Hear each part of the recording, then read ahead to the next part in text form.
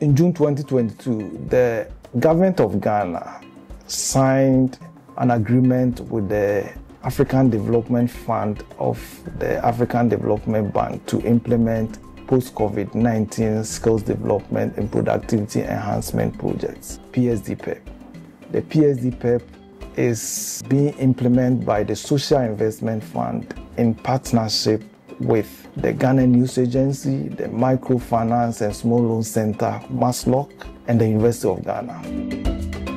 Psdpep program is being funded by a grant facility from the African Development Bank, and the amount involved, I think, is $28.5 million US, with some $2 million counterpart funding from government of Ghana, which is supposed to be in kind in the area of tax exemptions and other non-cash obligations. The project has three components. Component 1 deals with the enhancement of the health sector.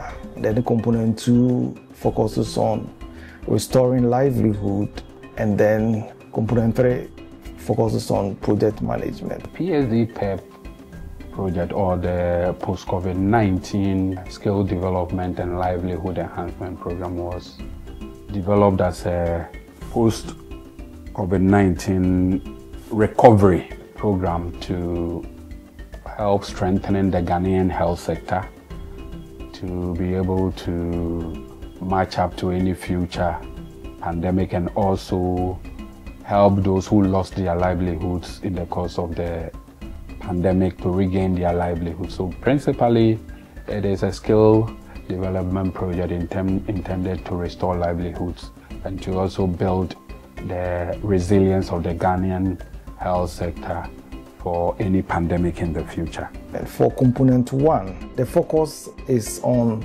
3 entities of University of Ghana. They are Department of Medical Microbiology, Biotechnology Center, and the School of Nursing and Midwifery. For biotechnology, there is a research component which is being sponsored by the project, and the research is being done in 4 areas. Sorghum, cowpea, which is being done at the University of Ghana, and then we have cassava, which is being done at Council for Scientific and Industrial Research at Fumesua in Ashanti region. When I assumed office as CEO of Social Investment Fund, which is the implementing agency for the Psdpep project, the Psdpep was in red, i.e. it was not doing well, and there were even suggestions for the project to be cancelled. But thankfully, as we speak, the project has moved not from red to yellow, but to green, which signifies that the project is doing quite well. Under the Psdpep project, funded by the AFDB, the Sorghum Biofortification Project, sub-project, is looking at ways in which we can increase the nutritional content of sorghum. And sorghum is a very hardy crop that is grown mainly in northern region.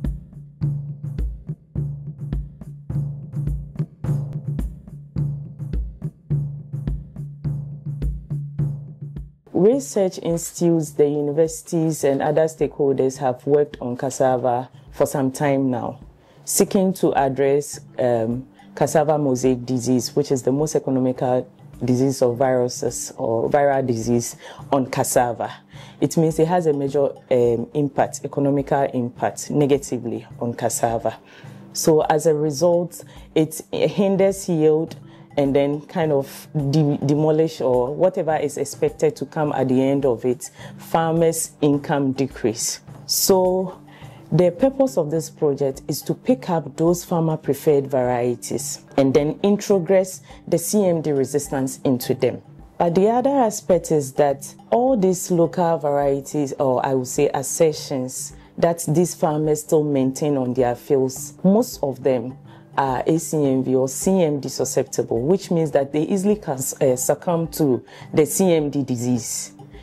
And then it keeps hindering the yield that comes out at the end of the day. So this project seeks to address, that is, introgress the CMD gene into these varieties so that the farmers will still have their taste and everything maintained as they want it, but at the same time we'll have an add-on, that is CMD resistance, so their yields will not be affected, or their yields will be protected. For the cowpea project, we were looking for cowpea varieties or cowpea types, genotypes that have resistance or tolerance to the pest thrips, the flower bud thrips. Flower bud thrips, the name as is applied, means that they attack the flowers of the plant. Now, this pest, when it's there and it attacks the plant, can cause yield loss up to 100%, meaning you can lose everything as a farmer.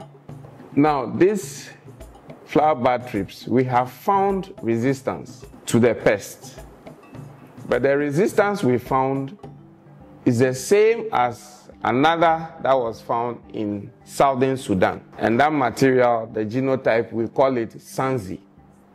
So Sanzi is very tolerant to what? Flower bud thrips, but we want a resistance that is higher than Sanzi because it has a level, let's rate it over 10, is like 7.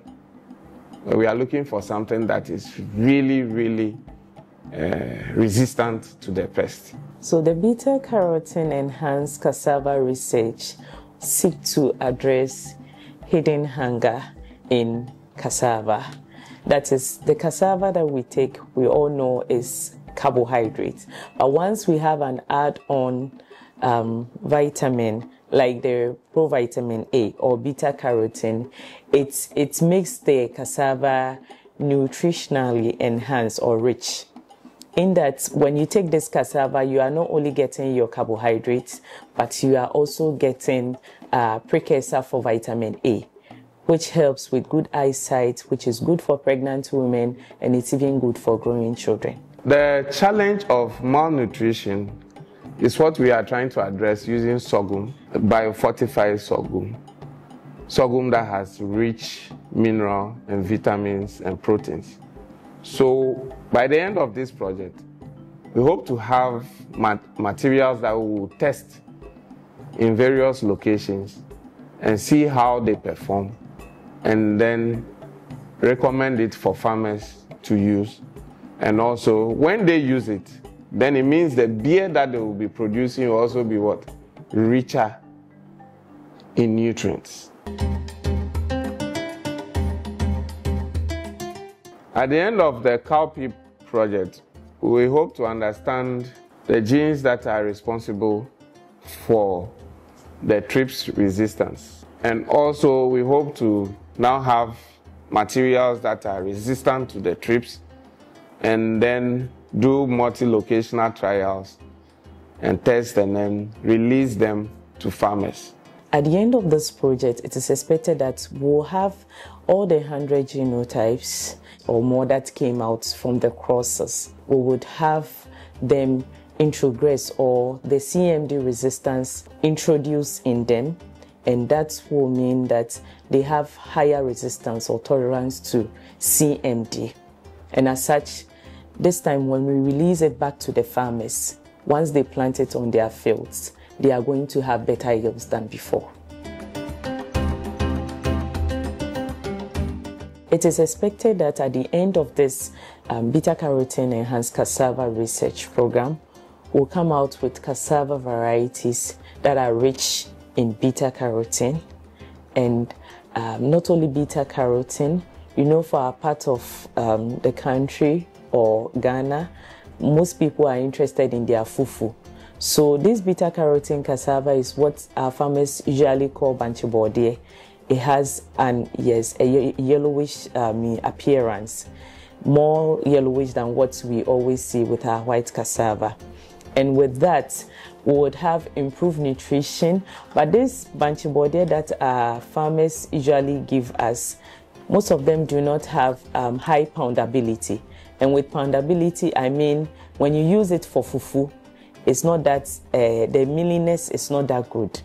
So through this research, we'll be able to improve, increase nutrition and then increase poundability, and that will boost acceptance to our farmers as well. We are very, very happy to have this funding from AFDB to be able to do this research work and develop these innovations that are critical for the survival of many people and for the productivity of our farmers.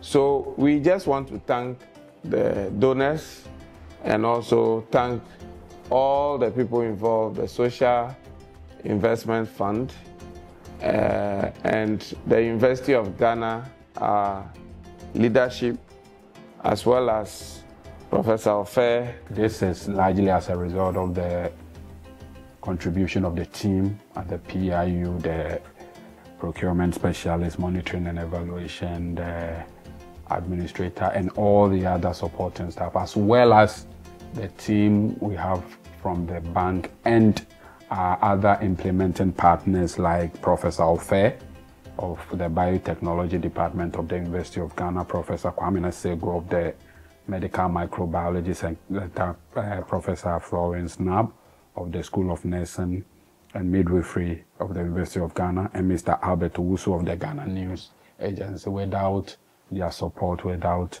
their invaluable contribution, we couldn't have achieved this enviable feat. The project is not done yet, and where we proceed from here is of utmost importance. So we will continue to still ask of their maximum cooperation and dedication to ensure that we are able to bring this project to a successful closure in 2027. It is expected that we have extra or more funds to bring this particular research. That's the CMD introgress into farmer preferred varieties. Yes, CMD resistance introgress into farmer preferred varieties, as well as the beta-carotene enhanced cassava research to a better conclusion.